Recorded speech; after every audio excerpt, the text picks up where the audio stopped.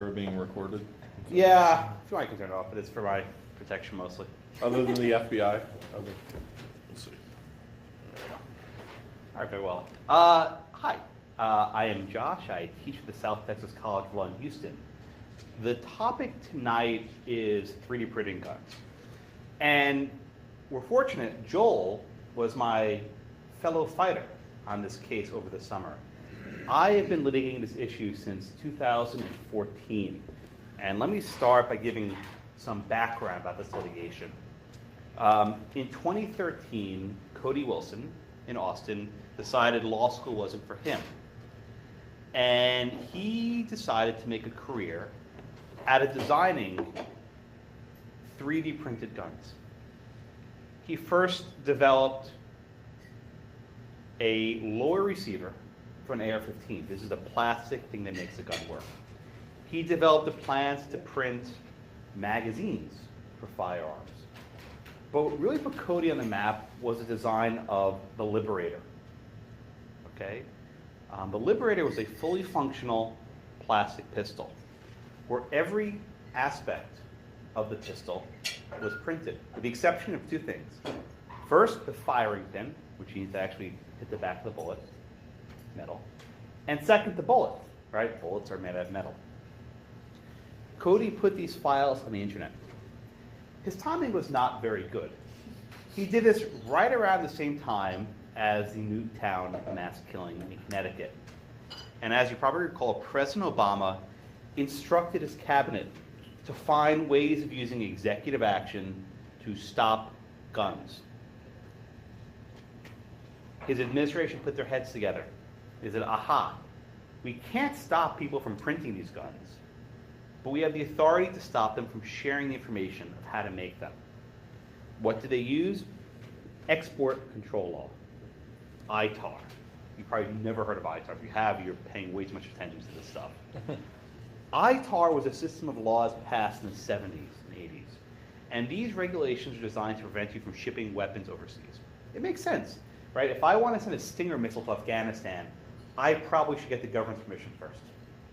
If I want to send the blueprints for a nuclear submarine to China, I should probably get the government's permission first. You know, I think we all agree at least on that much. That much is safe. But there were a number of guidance documents that the State Department issued over the years. And they indicated that not only could the government regulate the actual shipment of these military goods, but they also regulate so-called technical data. Okay. And what is technical data? It's a term that's not really defined, but the government seems to think it means really any information about these dangerous items, right? Technical data. But there's a problem. Right? Technical data is speech. And during the 1980s, the Office of Legal Counsel, OLC, released opinions suggesting that you can't apply this technical data definition to public speech, right? Information in the public domain. It might apply to classified information because classified information doesn't have the same juice, but you can't apply it to public speech. There's an opinion by Ted Olson, right? This is some pretty high-ranking stuff from OLC. Okay, so you had these opinions in the 80s, and State Department said, okay, we're not going to ever enforce this against public speech. But then Cody came on the scene. And they suddenly decided that, yes, we are going to enforce these regulations, which have never been enforced in this manner, to stop Cody. So they sent Cody a letter.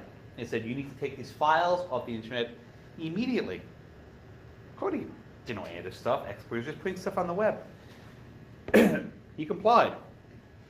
He took the files down. Then he started to involve lawyers, and I got involved shortly thereafter. The first thing Cody did was he asked for permission. He said, okay, fine. I have this technical data. Will you give me permission to post it online? The government did nothing. They just sat on it for nearly 2 years. Towards the end of the 2-year mark, when you were running up against the statute of limitations, Cody decided to go to court. He retained me, and then Alan Gura shortly thereafter. Alan brought the Heller and McDonald cases to challenge this prior restraint of speech. And we argue that it was unconstitutional.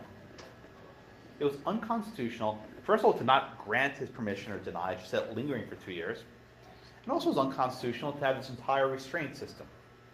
Now, shortly after we filed this lawsuit in the Western District of Texas, they denied his application. So they denied it, and they said, okay, we denied it. We moved for a preliminary injunction in the district court. We had an argument. The judge denied it. We argue that this prior restraint violates the First Amendment, right? That it's a restraint on speech. And the court held that, no, this is not a restraint on speech. It's really a restraint on the secondary effects of the speech. That is, because you're using these files, people can download them and create guns. So because the government can ban the actual end product, the dangerous effects, they can also incidentally regulate the speech. We disagreed. We thought those precedents were wrong. Okay. So we filed this suit in 2015. We lose in the district court. We appeal up to the Fifth Circuit Court of Appeals. We split. We actually did a 2-1 split. Judge Edith Jones is a very conservative judge in Houston, gave us a very good dissent. We petitioned for a hearing on bonk. We lost again. The vote was 9-4. By the way, we have 5 new Trump judges. I think we're actually okay at this point, where the case will come back. But the vote split 9-4. We petitioned for certiorari. Cert denied. Not even dissent from anyone. Okay. So go back to the district court, because this was on a preliminary injunction, and we seek summary judgment. Right? Along the way, the judge ordered the parties to engage in settlement discussions, which is fairly common. Judges like settling cases. We were actually pretty bullish about the idea of a settlement. Why? Because it's a lot harder to win on PI than to win on summary judgment. You have to show irreparable harm. And we actually were confident that we were going to win on a summary judgment motion. DOJ came back with us with a settlement offer. It's like, that's cool. And they actually offered to give us a couple things. They said, okay, we will make a temporary modification to allow you to put these files online. We will also initiate a rulemaking to change the rule to get rid of this prior restraint. Specifically, they would transfer the jurisdiction for these sorts of technical data from the State Department to the Commerce Department. Commerce doesn't impose this prior restraint. And, perhaps the best part, they pay fees. The government never offers to pay fees. They offer to pay our fees. We haven't gotten paid yet, but maybe that eventually will happen. Thank you. That's fine. So we have this settlement, and we're going back and forth and negotiating about specifics. Eventually, we come up with language that's amenable to everyone, and we agree to settle the case. Cody sent the settlement to a magazine, Wired, and they ran a story about it, which was, I think this was our mistake. It wasn't, we told him he could do it. We probably shouldn't have done it in hindsight. I think that was a mistake we made. We probably shouldn't have disclosed the settlement until it's final, but, you know, you live and you learn. This is when things get juicy. 5 days before the settlement's supposed to be final, we get this frantic emergency motion. The gun control groups tried to intervene in our litigation. The Brady campaign, Every Town for Gun Violence, Giffords. It's just Giffords. It's nothing. They're not Every Town for Gun Violence. Well, is that really their name? Was it Every Town Against Gun Violence? Is that it? Okay. Okay, I killed you. Every Town Against Gun Violence. Okay, whatever. Michael Bloomberg's fronts. These are all Right. these are all Bloomberg fronts, right? Just three alter egos of Michael Bloomberg, and they filed an emergency motion to intervene, and they want a TRO to block our settlement. You ever heard of such a thing, right? Gun groups filing a TRO to block a settlement. And they wanted a hearing that week before the settlement went into effect. So they filed their papers, I think, on Tuesday or Wednesday. The judge had a hearing for Friday afternoon. So I spent all day Thursday scrambling to put together an opposition to the TRO. I got down to Austin and I argued the case that morning. And that was basically our only victory in the entire case. The judge denied the TRO. I think he's like, this is not a good idea. You guys waited too long. This is not your place. You have no standing. And he got rid of him. So I was like, yay, we won. Now, Cody had planned to put the files online on Monday. Or no, I'm sorry, on Tuesday. But this was Friday. So I said, Cody, post the damn files now. Get them on the internet. We got the settlement in effect. We got the license from the government. I was like, you post that crap now. I'm not taking any more chances. Okay? As Cody was uploading the files, I started worrying. What's going to come next? Because if these gun groups came out as the TRO, I was like, okay, there's something else lurking. And we knew that the New Jersey Attorney General had sent some threatening letters to Cody over the months. I'm like, these guys are going to sue us, right? They're going to sue us. So I proposed we should go on offense. And we should sue them first. So all day, basically Friday, Saturday, and Sunday, I was preparing a complaint with my colleagues. And we said we're going to file a lawsuit against New Jersey Attorney General in the Western District of Texas. We didn't know it was going to happen. We wanted to be the first to file because there's some advantages to the first files rule. Right? There's some advantages. Okay, so Sunday afternoon, scrambling around the clock, I get a federal complaint ready. We sue, we're about to sue New Jersey. About 30 minutes before I hit the submit button in ECF, I get this phone call or an email from the Pennsylvania AG. They sued us in the Eastern District of Pennsylvania to try and get a TRO. They wanted an ex parte TRO so we wouldn't put the files online. I'm like, I posted the files already. They're online already, you idiot. What are you saying for TRO? He's like, well, that's not what I think. So basically, you prepared this entire TRO. You didn't even check the damn website. The files are out. The judge came into the office on a Sunday, Judge Diamond. Good judge. I was happy with him, right? And he said, I'm holding a TRO hearing right now. So he got me on the phone. Where was I? I was at the United Lounge at LaGuardia Airport, probably the worst airport in the United States. I was sitting there in the lounge. I had a flight. I was actually at a wedding Saturday. I barely paid attention to it. But I was flying home that night. And I said, Judge, my flight boards in about an hour. I was the only one who could do the case. So I basically did an oral argument from a lounge at an airport on this crappy cell phone connection. And the judge actually denied the TRL. I was like, okay, this is good. And I told the judge, look, Judge, here's what I'll do. We will block any IP address from Pennsylvania, so Pennsylvania people can't access the files. The judge's like, okay, on that representation, I'll deny the TRL. I was like, okay, fine. Okay, that was Sunday night. I'm like, okay, so I fly home. The next morning, we get sued again. The New Jersey Attorney General sued us in state court. Mind you, we already had sued him in federal court. He sued us in state court. He sued us in state chancery court. I'm not joking you.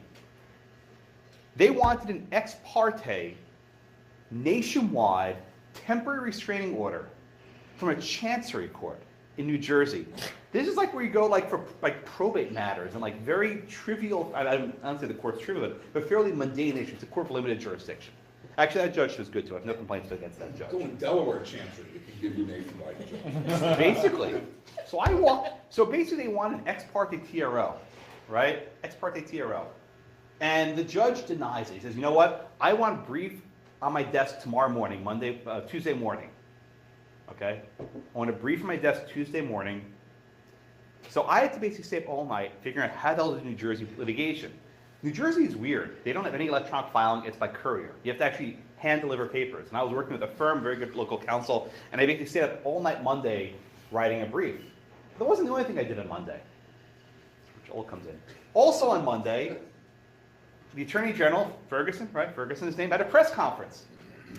And he announces that he's leading, was it 10 states? I can't remember how many there were initially. 9 states? 10 states? 750 lawyers. Yeah. So. They announced that they're leading a 10-state coalition to seek a nationwide injunction against us in Seattle. We have no contact in Seattle. What are we doing in Seattle? So the same day we got sued in New Jersey Chancery Court, we also got sued in the district court in Seattle. And fortunately, Joel came onto our case and he helped us, but I stayed up all night basically trying to get some motion together, something to submit for the court. It was pretty hectic, and I'm actually deeply grateful to Joel as well, put together a lot of things. So thank you, sir. There are not many lawyers in Seattle who could actually have done this case, let alone conflict check. Actually, there's one. You found the one. I think pretty much too many. Yeah. And actually, it's funny. A lawyer from the Washington SV College, he's like, "Do you represent the parties?" I'm like, "Yeah." He's like, "Will you accept process?" I'm like, "Process for what?" I'm like, "Well, we can't tell you. We're going to sue you." So I'm like, "Oh, fuck it, whatever." So I said, "Yeah, I'll take process, whatever." It didn't matter, and I took this call. So basically, all Monday night, I was up doing the papers for the New Jersey court and the papers for the Seattle court. Okay, so we actually got all the papers served. I don't know how we did it. We got the papers filed on time. It was a pretty substantial process. Fast forward to Uh, fast forward to Tuesday, the oral argument was scheduled with the New Jersey Chancery judge. And this was by phone. I'm in Houston at this point. And the judge had like the worst speakerphone in the world. I can barely hear what's going on. And I'm supposed to make an oral argument. And at one point, I told him, Your Honor, with all due respect, I don't think a Chancery court has jurisdiction to issue a nationwide injunction. Did not like that. He actually said, you might be right, Mr. Blackman. He actually acknowledged that it might be right. Like, that took some, I was like, don't eat me. But I said, you know, we're contesting personal jurisdiction for sure, and I don't think you have jurisdiction to issue a nationwide injunction. It's a Chancery court limited jurisdiction. But he actually considered arguments the merits. And he actually found that New Jersey was likely to succeed on the merits. Why? Putting a file on the internet was a nuisance. New Jersey argued that putting a file on the internet was a common law nuisance, that there was no difference between putting a file on the internet. Can we use it to shut down Facebook? Yeah. I made those arguments. That there's no difference between putting a file on the internet and shipping guns to Newark. It's the same thing. And the judge said, well, I think they're likely to see on the merit, but based on the risk of irreparable harm, I'm going to deny the TRO. So he actually denied the TRO, and we said, Judge, we will block New Jersey IP addresses in the interim. He accepted that, so the TRO was denied. The AG had this press release saying, we won. No, you didn't win. I consented to blocking. Okay. Then about 2 hours later, I had arguments in Judge Laskin? Lasnik. I can never remember the guy's name. Lasnik's courthouse. And I'm by phone. Joel is in there, in person, and I'm arguing this by phone. And by the way, if you ever argue by phone, it sucks. You have no FaceTime. You have no feedback from the court, and it's very tough. And this was the biggest case I'd argue at that point by law clerk. The court was full of reporters, everything. And at the start of the hearing, the judge goes to Attorney General Ferguson, hey, how you doing? My friend, right? Yeah. Am I making this up? Great to see you again. It's He's been like- a while since we had drinks together. Yeah, and he's basically like giving a shout out to the plaintiff in this case. I'm like, oh yeah, this is not going to work out well. And so, Washington made their case. The judge was, eating it up. DOJ made their case, and this lawyer had been just thrown on the case after 5 minutes. He didn't know what the hell he was talking about. He made a lot of mistakes. It wasn't his case. He had 2 days' notice. And then I get up, and I'm arguing the First Amendment, penning on paper's case. Judge didn't care. He asked me one question. He said, do you represent all the parties? I'm like, oh, crap. That means he was going to issue a judgment against me. And fairness, I don't think I represented all the parties at that point. There was one party who I'd never even spoken to, but he kind of tagged along. But I was the only person who represented all the parties. I think you did. Yes. I don't think I did, but I said yes. I'll take the public censure later. And then at the end of the hearing, he issues his injunction. Now, just to be clear, Judge Lasnik's injunction wasn't against us, Defense Distributed. His injunction was against the State Department to block the settlement. So at the end, I said, Judge, are you ordering us to take these files off the internet? He said, no, Mr. Blackman, I'm not. And I was like, Judge, by virtue of your order, we have to take these files down because basically we lose our license. And at this point, he wanted to get out of it, but I was interjecting. And he made a comment, and I don't have the transcript in front of me. He basically said, well, your client's an anarchist, so let's see if they follow the law, right? Sometimes anarchists don't follow the law. And, thanks, come on in. And there's actually a good place to break. I'll resume after the service is done. Just 2 minutes? Yeah. So he made this comment, and I said to him, Judge, my client always complies with court orders. And he said, well, I was making a joke. He ran out hell of the court. That was the beginning of the end for us. But so we'll do the service, and then actually I'll just keep talking. There's only 5 people here. It's fine. All right. I'm almost done actually. This is the personal version. I might even do the slideshow. There's boring. 8 people here, 9 including the waitress. So it's fine. We're all friends here. So the judge made this snide comment about my client, and you guys are lawyers. Maybe you're not lawyers, but you know lawyers. It's hard telling your client he lost. Right? We had just been on this 96-hour roller coaster, right? For the moment, actually about 1 week, from the moment the Brady campaign filed the first motion, I had billed about 90 hours in 5 days. I was basically working around the clock. And we've been on a roller coaster. We had the Brady campaign, we fought New Jersey, we fought Pennsylvania, we fought Washington, we fought basically all these AGs. And look, we're basically 3 or 4 lawyers, right? Me, Joel, a guy named Matt. We did not have a lot of people on our team. And people hate us, and they want us to lose. I forgot to mention, President Trump subtweeted us, right? This is a good story. God, the Washington AG, like, well, as President Trump himself has tweeted. About 2 hours for the argument, Trump tweets, who are these people selling plastic guns? I have to go talk to the NRA. I'm like, oh, for fuck's sake. And then the judge mentioned Trump's tweet during the arguments. Imagine actually trying to argue if you're a DOJ lawyer and you have a Trump tweet, and this is what I'm dealing with. So then after the argument concluded, I give Cody a call, and I say, Cody, the judge ruled against us. And I was on the verge of crying, and Cody was pretty upset also. We had just been on this roller coaster, this nonstop ride in like 5 different courts. Yeah. We had been in 5 different courts, and I said, Cody, the judge ruled against us. You need to take the website down. He's like, I understand. He didn't give me any fight. He took it down right away. And it's hard to actually take a website down, right? This is a website built to handle hacks and those redundancies or backups. So it's actually taken a couple hours. But I said, just do as quickly as you can.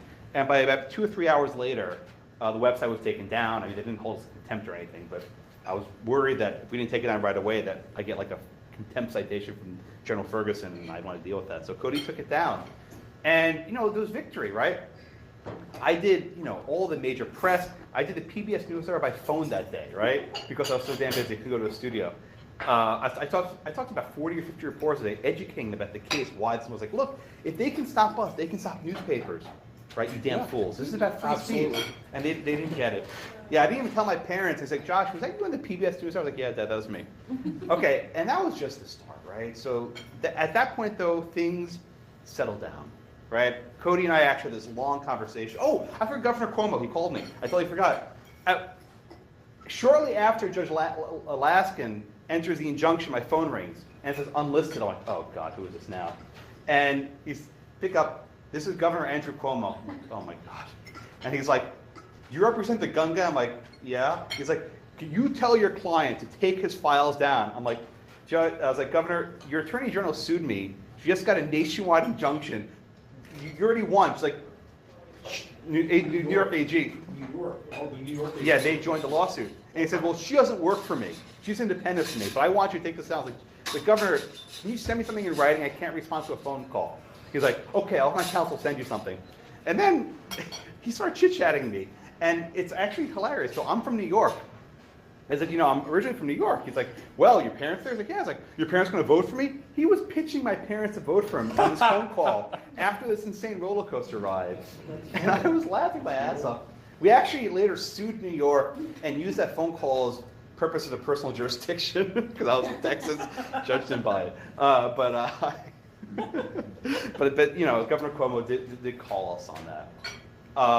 So what happens next, right? Well, the litigation is basically a mess. We're in a lot of places. So first off, the New Jersey State Chancery Court, we filed a notice of removal. We removed it to federal court. It's currently on hold. Okay. The Pennsylvania case, the judge put what's called an administrative hold, which I don't even know what that even means, but they sort of just froze the case. The Washington case, Joel is actively involved in that. I'm actually not counsel in that case, but it's sort of just trucking along. The State Department has announced that they want to adopt a final rule which shifts from state to commerce regulation of these materials. What does that mean? It means that the Washington case will probably go away very soon. The judge will probably still rule on summary judgment, even though it's basically moot, but I think the case will go away. I don't think it'll even go to the Ninth Circuit. We don't know, but I think that case goes away. The Texas case, right? That was one I followed on Sunday to be first to filed. We lost in that case. The judge found we didn't have personal jurisdiction to sue the New Jersey Attorney General in Texas. Okay. So that case is still there. We have that case is still live. No appeals been filed yet, but that case is still live.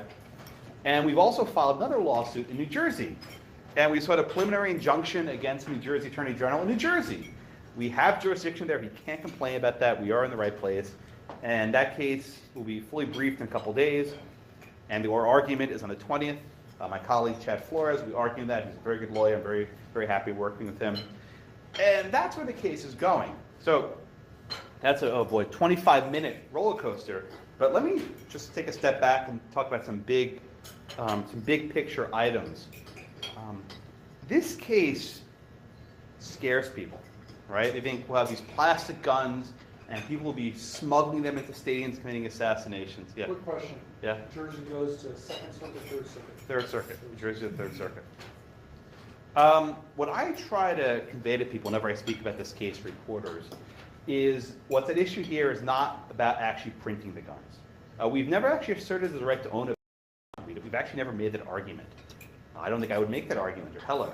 What we've argued instead is that you have a right to have the information to make the guns.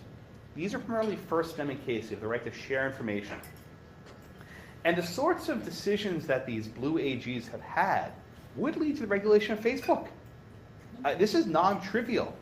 If you take seriously the argument that a state, not the federal government, but a state can shut down harmful information on the internet because what people can do with it, anti-vaxxer videos, right?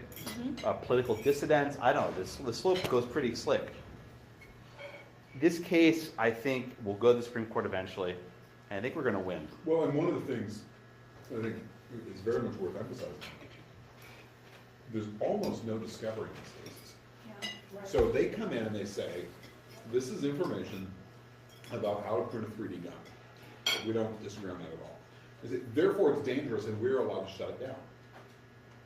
But why is it dangerous? How is it? Do you have any evidence that it's dangerous? Like, you just say gun like it's a magic evil word, and therefore we can shut it down. Well, as you say, that is a very slippery slope when there is no evidence introduced in any of the cases at all about what exactly is the danger. For the government to say, we can shut this information down because use of the information is dangerous, period, and never be put to their proof by a federal judge is stunning. Well, I think too, they're intimidated by your client.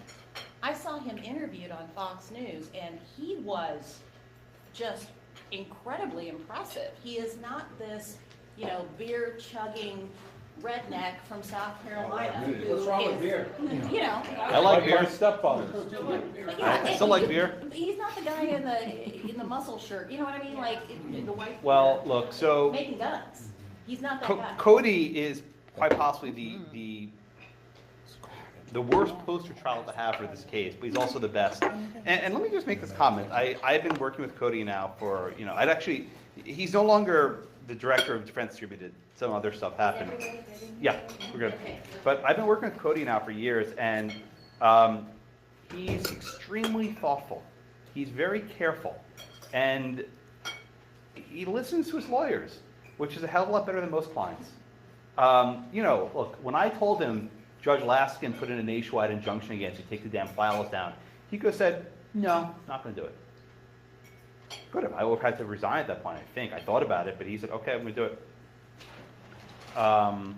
What did Lasnik say that your client was an anarchist? Was that just a he made a pot quip, shot, or- and I don't know the transcript, but he basically made a pot saying, anarchists that sometimes don't follow the law. In other words, if you don't take the files down, we'll take care of you. Well, because he was justifying his injunction on the grounds that he was not enjoining any of our clients. He was enjoining the State Department.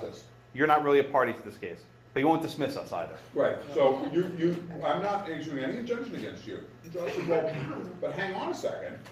The effect of your injunction against the State Department means that my client has to stop engaging in protected First Amendment activity. Isn't that what you're saying? He says, well, it's kind of between him and the Department of Justice. He's an anarchist, maybe he likes breaking the law. And it was very flip. I mean, I was on the phone, but I said, Judge, he always complies with court orders, and I felt the duty as an attorney to correct the record. Look, I mean, everyone goes to court, they want a fair shake, and I think that comment was, it was an unfortunate comment, and I think I couldn't see his face, but I think when I talked back, I think he recognized he probably screwed up, and he sort of tried to laugh it off as a joke. I have a question about Please. the arguments you're making, kind of back to what you said, Joel, about the lack of impact analysis, basically. What standard is used? I assume they're analogizing to like threatening speech or inciting violence. Do they make analogies to other speech that in itself is okay? The doctrine they rely on is what's called the secondary effects doctrine. And you remember there's a case called Renton. It's from Washington, Yes. Renton, Washington. Renton, Washington. We're nearby, yeah. So Port basically, you have a city that says you can only locate strip clubs in certain areas, the industrial park, right? And the courts have said that naked dancing is a form of expressive conduct. We can agree on that or not, it doesn't really matter. But they said, well, the government can't ban strip clubs, but they can ban the effects of strip clubs, because generally perverts hang out there, criminals hang out, degenerates hang there, and they can regulate to put all these perverts in the industrial part of town, not like near schools. And this is a secondary effects doctrine. Now, a couple things. First, the secondary effects doctrine has only been used by the Supreme Court for the strip clubs. That's never been used elsewhere. Second, they've had a lot of cases recently that sort of peel back on this doctrine. So I think the courts, we've argued this in our paper, it's nothing new, the courts haven't given enough weight to the Supreme Court's recent precedent, Reed v. Gilbert and otherwise, about how much you can regulate secondary effects. You mentioned the incitement test. That's Brandenburg. The state can regulate conduct or speech that results in imminent violence. Putting speech on the web that might result in a printed gun in a week is not imminent, right? There's also the category of crime facilitating speech, right? You need a mens rea. If I give you step-by-step instructions to assassinate someone, right, I can't claim a First Amendment defense. If I publish a book on gunsmithing that might be used by someone to assassinate someone, that's protected. There is no imminence. We are so attenuated. And I don't think you can go buy books like the Hornady hand loading manual, right? Here's loads for every kind of powder you can buy, every kind of round you can buy for virtually every bullet in existence, like 2,000-page long volumes for hand loading. Hornady's been publishing that book for decades.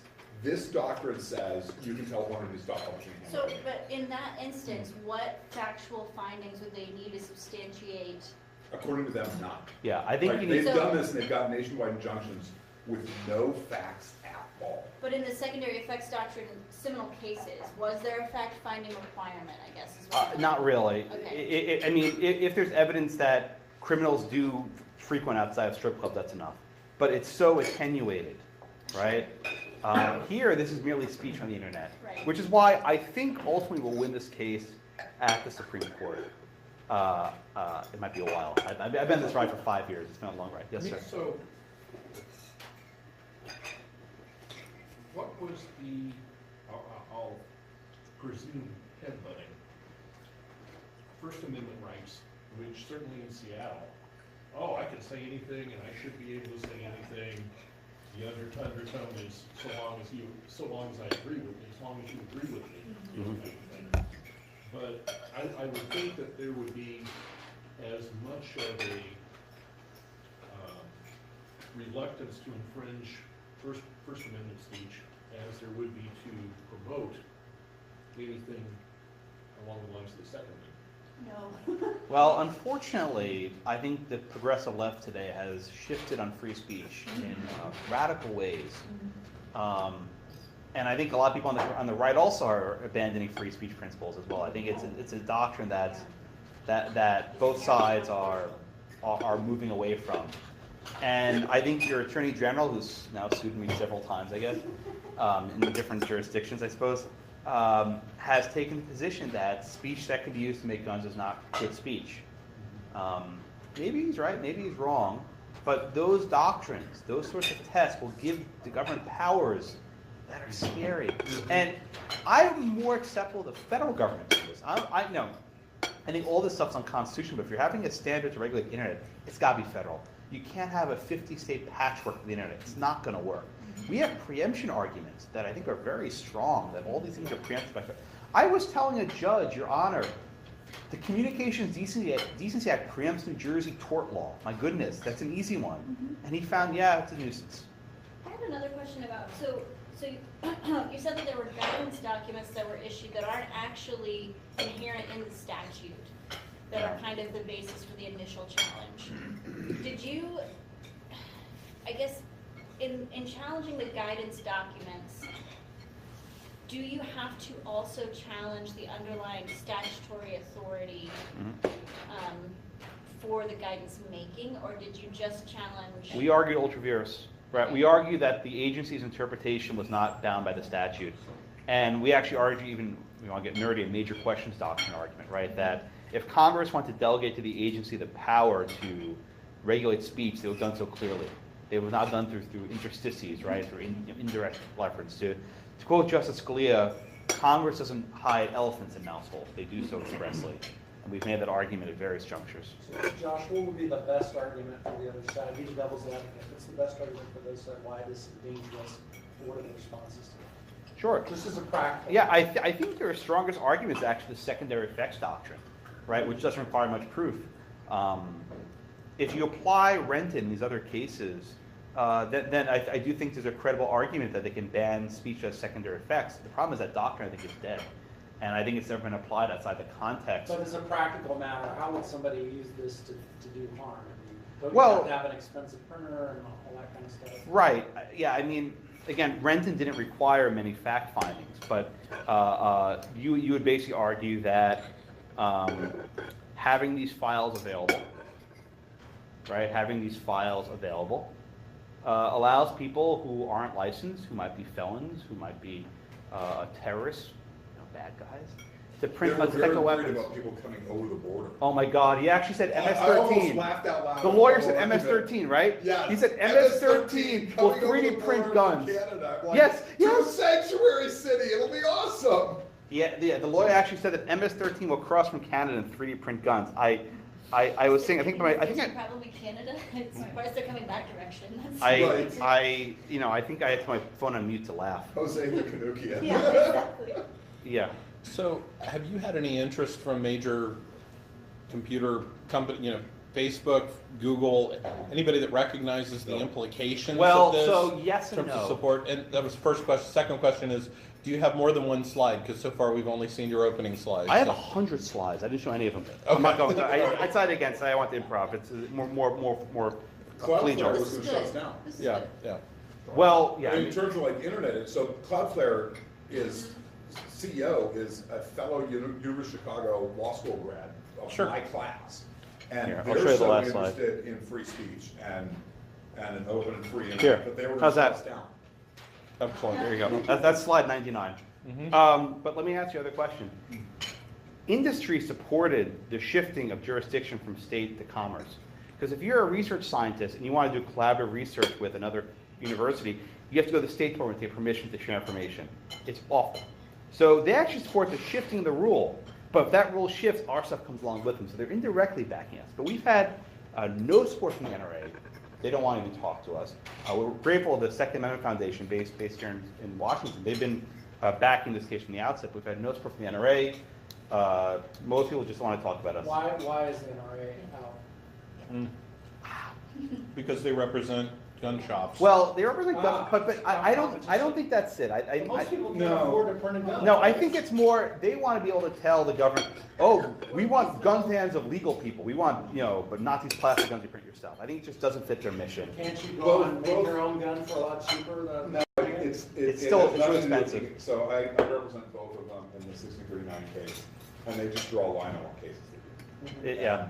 And they're not gonna defend a bump stock thing. No. Cato's doing that one. I'm doing an amicus brief for the bump stock case also. They, they're very big, they have a lot of members. They're funded by gun It's a big manufacturers. tent. Yeah. That is not really. That's not- no. Okay. There's not really competition because, We just passed a ghost gun bill here. Did it pass? Yesterday, yeah. Did it pass? Yeah. What about gun One owners? of the chambers did, I don't know. Yeah. yes, sir. What about gun owners of America? I don't think GOAs give us any briefs. Really? Yeah, it's a weird case. It doesn't follow along normal lines, and we've been somewhat isolated. Look, I'm committed to this case. I'm a law professor. I'm basically doing this case for fun. How about the EFF people? EFF gave us a brief. They did. They were very good. In fact, they actually gave us a brief in district court in Seattle on like 3 days' notice. Kit Walsh, very very good lawyer, gave us a brief in that case. We're grateful for EFF. So other than the fact that you can print these guns, is there anything, they're probably not that good. Oh, they're god awful. They're terrible guns. They're not accurate. There's no rifling. They're going to blow up in your hand. Look, you can't just hit, click, print, shoot. Here, let me show you an actual slide. I swear I have a lot of slides, but we're friends This is a here. really interesting case that is shockingly similar in some ways, except Here. for the alignment of parties from the late 70s. You can read the entire right of the case on Wikipedia. It's The Progressive. Yeah. And The Progressive is literally the name of the magazine. And indeed, it was published in Wisconsin, and it was founded by La Follette, and it is flamingly left-wing. It is the progressive. And they printed how to make a hydrogen bomb. And the government wanted to get an injunction to stop it. And they had spent years researching this, and they found all no longer classified information on the Teller-Uman design for a hydrogen bomb and wrote it up. And it is, to the best of anyone's knowledge who's not actually a nuclear weapons researcher, the most accurate thing ever on how to build the H-bomb. And the government tried to stop them from printing it, and they said it is, what was the doctrine? It was, Clear present. Yeah. no, it's classified at birth. It was the classified at birth Ah, doctrine. And they said, no, wait a second. We got this all from unclassified sources. This is all public information. And the government said, but by assembling all that information in one place, it is now classified again. So it's a straight up First Amendment case. And it never went beyond the trial court. But- District judge gave the injunction. No, that's printed. You can buy copies. No, of wasn't my magazines. district distributing it also? But it's been distributed, it was distributed. They lost, and the government gave them, they wouldn't even appeal it. The government wouldn't even appeal it. That, in fact, speech about the most deadliest weapon ever made by man, if it's not, if you can't show that any bit of it is classified, we can't stop it. And the lineup on that case is exactly the opposite of what we have here. Right, it's the ACLU, the magazine's called The Progressive, speech is free. They won't back, they would not give us a brief. So what about the Streisand effect, the notion that by trying to suppress the speech, you're Hundreds of actually thousands of people magnifying it? download these files because of the You can lawsuits. download them from links in the briefs. The I was gonna say, Lassie's right? opinion has links to the files. I mean, Not really. the amount of doing attention anything, right? that was drawn to this case by the lawsuits made these files permanent. They're out. The genie's out of the bottle. Most people Yeah. probably don't care about this thing. Do you make that argument in your Yeah. TRL arguments? We argue there's no irreparable harm. The files are online Because already. it's already done. As a judge, the files are already online. It's like, well, you might post new files. Okay. Okay, But Judge, I'm not thank you. enjoying your future speech. It was You're an a, anarchist. it was a very surreal argument. It was very surreal. Anyway, this is the actual Liberator. This is what it looks like. So this is what it looks like assembled, and this is what it looks like the individual Can I see parts. the assembled again? You block it with your shoulder. I'm sorry.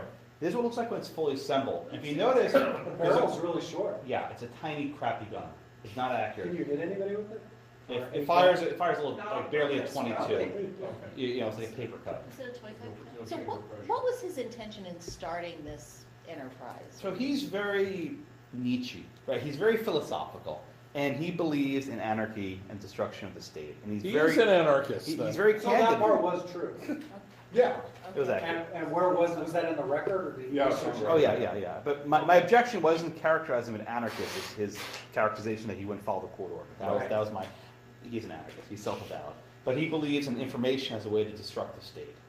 And the free flow of information can't be stopped. That's his mission. Huh. Right, but this is what the Liberator looks like. You notice there's a little rope here. And the reason why there's a rope is that this was an early beta model. Because what you do is you tie the rope to the trigger and send it really far away and pull it, because the thing will blow up in your hand. Right? To actually make the Liberator work, you have to treat the barrel with this acetone bath to strengthen it. Because plastic is a very bad material, if you think about it, right? When plastic gets hot, it melts, and when it gets cold, it shatters. So this thing would just melt in your hand and blow up. And then when it gets really cold and it cools down, it'll crack.